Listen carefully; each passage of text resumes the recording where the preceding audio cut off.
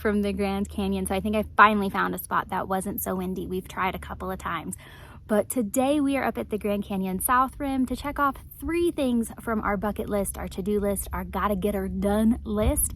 And the first one was sunrise at the South Rim with a cup of coffee. So about 1.5 years ago, I did do a marathon at the Grand Canyon, and I technically was here for sunrise, but to be real, y'all, I was focused on running and breathing, and the canyon was a great distraction during the day. But I actually got to sit today with a cup of coffee, and I had the perfect vantage point to literally see the little orb just keep rising above the rim. It was epic. It was amazing. I'm so happy to check that off my bucket list.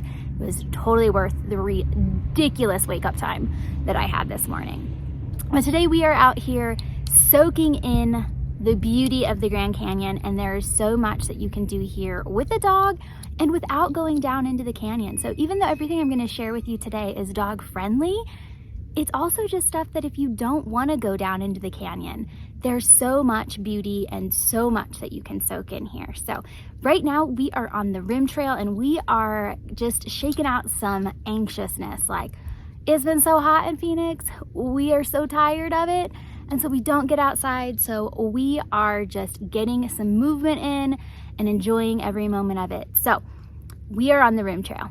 The rim trail is 12.8 miles point to point. Dogs are not allowed on the shuttle. So if you get yourself 12.8 miles one way, you got to get yourself 12.8 miles the other. So keep that in mind.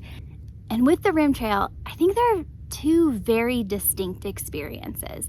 So I'm going to use the Bright Angel trailhead as kind of our North Star. So we're looking north at that. If you go east, you're looking at the rim trail that is in the tourist brochures. This is the one with the exhibits and the restaurants and the hotel and all of the things. Beautiful views. I believe it's all handicap accessible, all dog friendly, absolutely stunning, absolutely busy. It's closest to all the parking lots, all the restrooms, so it looks like the tourist area of the Grand Canyon. Now, if you go west from the Bright Angel, you head towards Hermit's Rest. And this trail to me is the beauty, it's the crown jewel of the rim area of the Grand Canyon. It's more rustic, it's more quiet, it's only accessible via shuttle. So people just tend to do shuttles to overlooks, and that trail in between, this is the shuttle coming right here, so you can hear it, but the trail in between tends to be really quiet. So it's like 8 o'clock right now, 8 a.m. We're gonna let the guy go by.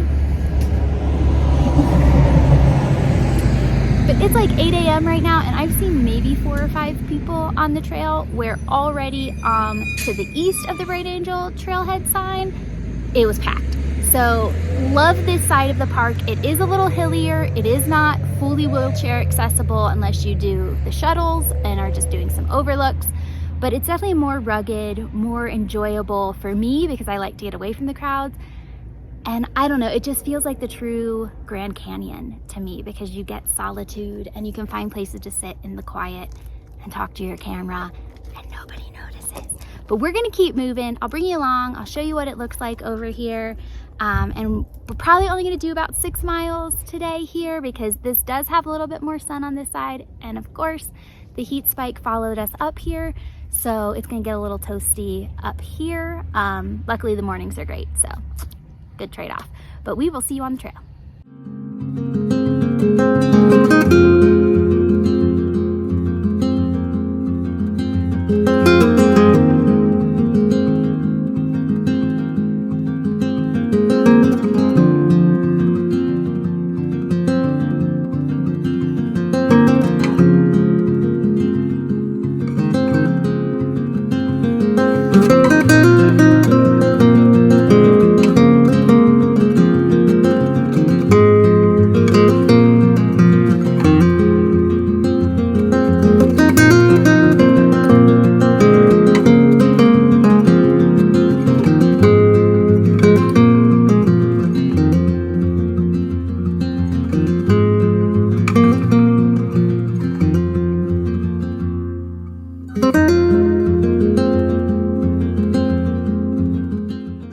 This is one of my favorite walkways in the entire park.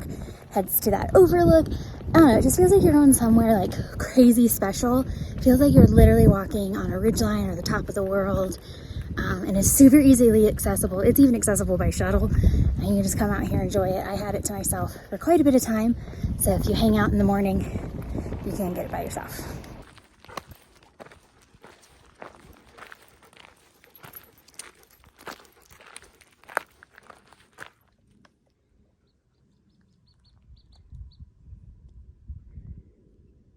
This is like a prime example here where it's no longer paved, it's rocky, but this is a gorgeous lookout that I have completely to myself right now.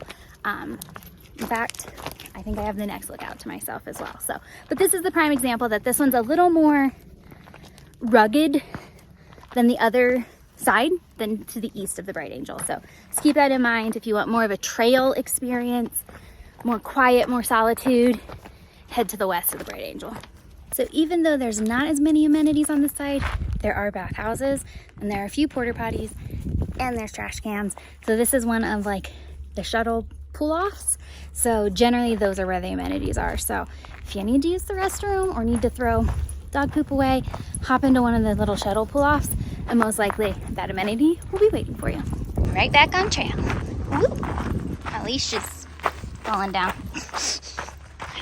I love how as the sun comes up, it casts different shadows and different colors. And there's nothing cooler than just being here all day and watching that. And this side also comes up, and as you can see over the rim now, which is just a really cool vantage point because we've climbed a little. So again, silence over here. To me, that's the Grand Canyon experience. The silence. I can hear the ravens, the crows, whatever birds they are. Yeah, I love this side. Right, bud? Both the fun thing about the marathon and the not fun thing is because you can literally see all the way we have to go as you wrap into the canyon. So we're gonna go up and around that. And we're coming back in to the main park. As you can see, there's more cars and people.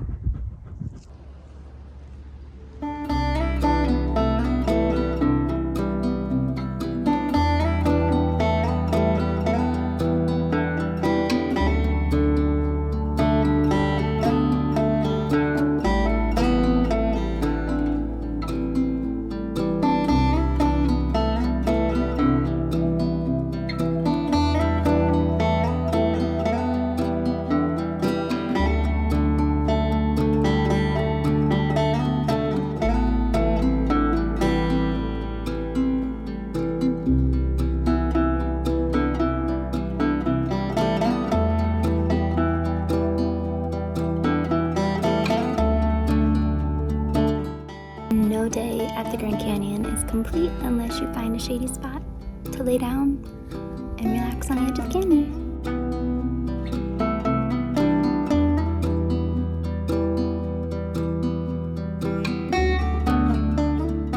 This is wild. I've never, even during COVID, I've never seen this side not as busy.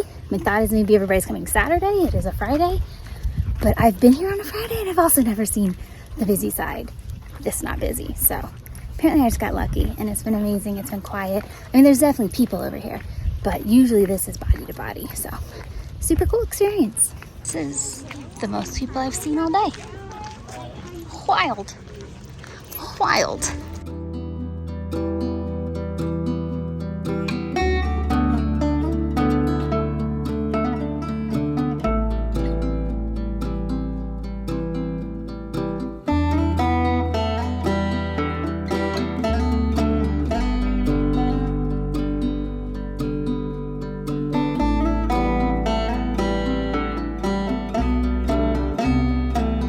We are here for bucket list item number 2 at the Grand Canyon. We're camping at the Grand Canyon. I have visited the Grand Canyon a gazillion and a half times, and I always come early and I leave, and I think I've seen the sunset at the Grand Canyon one whole time. So I'm super excited to get to stay here tonight, get to experience, hint, hint, bucket list item number 3, sunset at the Grand Canyon, and then just to be able to come back and curl up and sleep. So if you are toting a puppy like me, your options to stay in park relatively limited. There are a few dog-friendly rooms at Yavapai East or West, and I think there's some dog-friendly cabins, but they're a little pricey. Mather Campground, on the other hand, is $18 a night, and there's actually 2 campgrounds. So there's Mather, which is the one that I'm in, that has 497 sites generally. I say generally because some are under construction right now, so they're closed. And then Desert View has 49 sites. They are all $18, no hookups, available via reservation from April 15th to October 15th. This campground is actually, Mather is actually open year-round after October 15th. It's first come, first serve. Not a lot of privacy in these sites. I'll show you around in a little bit, but the trade-off is that you are 1.1 miles from the rim and you get to just stay, adventure, and crash, which has been on my bucket list forever. So I was super glad I was actually able to snag this site last second. So I highly recommend, if you're wanting to stay on like a holiday weekend like I am, and the sites are filling up, keep checking back, because this one became available last second and I was able to grab it. Somebody probably canceled. So we are exhausted. We have been running around like mad crazy. We've got like 8 miles in. Got everything set up. He's already half asleep. We're just gonna crash for a little bit and relax and drink my margarita and chill, because we have a few hours till sunset, but we will see you back at sunset. All right, here's Aspen Loop 003. Here's the first campsite. So we're close. 2 would be great because you could have this. But anyways, this is 003 and this is our home for the night. I like the pull through. It's nice and flat. That's where we're gonna sleep. You got plenty of space for a tent, nice and shaded. Got picnic table, fire grate, lots of trees for a hammock, which is gonna go up shortly. Overall, a great site. That's number 5, and there's 4. So they are definitely a little close, but overall, absolutely gorgeous. The ravens are wild. They just walk through the sites. The other thing that is dog friendly at the Grand Canyon South Rim is all the connecting trails. So anything that's paved like this, which I can't even tell you how many there are because they go for miles. They go all the way to Tucson too, which is the town outside of the gate. Miles and miles of paved trails connect everything. They're beautiful, they're serene, they're quiet, and there's oak. So not a bad cap to the evening and to walk to the sunset. One thing to note is the campground is massive. I'm about a half a mile from my site already, and I'm still around the campground. So if you're wanting to be able to just leave your site, let me get out of the sun here, on a regular basis and not have to move your car, definitely look online on the maps and get a spot that's a little closer to the rim, because there are spots that are probably less than half a mile from the rim. So just a little tip there.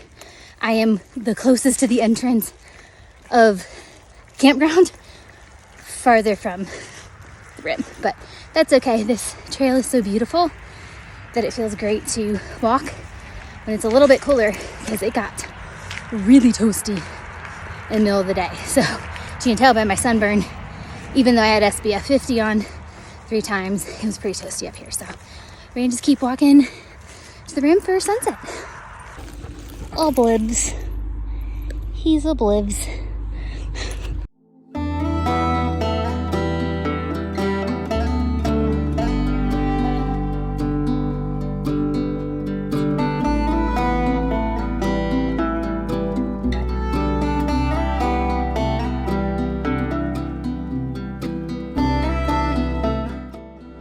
And 12 hours later, I won't see the sun dip below the sky because of how I'm positioned in the canyon, but all those purples.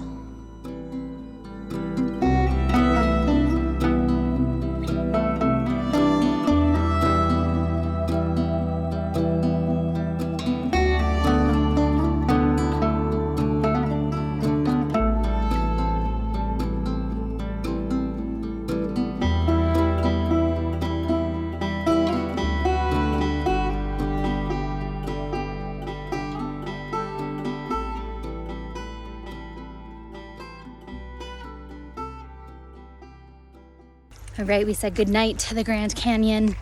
Everything had turned purple and dark, and the sun is slowly setting. The moon is coming up. Peaced out a little earlier, also because I have a 40-minute walk back to the campsite, and it's gonna get dark. I do have my headlamp. I was smart enough. But however, I would like to be closer to the campground than I currently am right now. So we are headed back. I'm exhausted. Been up almost 20 hours. It is about time to go to bed. It is still hot, so I'm really hoping sleeping in the car isn't super miserable tonight, and that as soon as that sun's heat dissipates in the vast open air that is Arizona, the temps will drop and I'll sleep like a baby. But we will see you tomorrow. I think I might have timed that just right. We're almost back.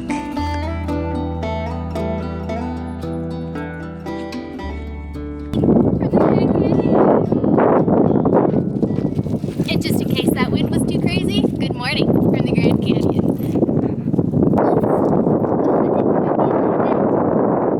Tried to tuck ourselves into a less windy spot, but I don't know that this is gonna work. But good morning, Grand Canyon. I probably should not do this while walking up the hill. Catch you at the top of the hill.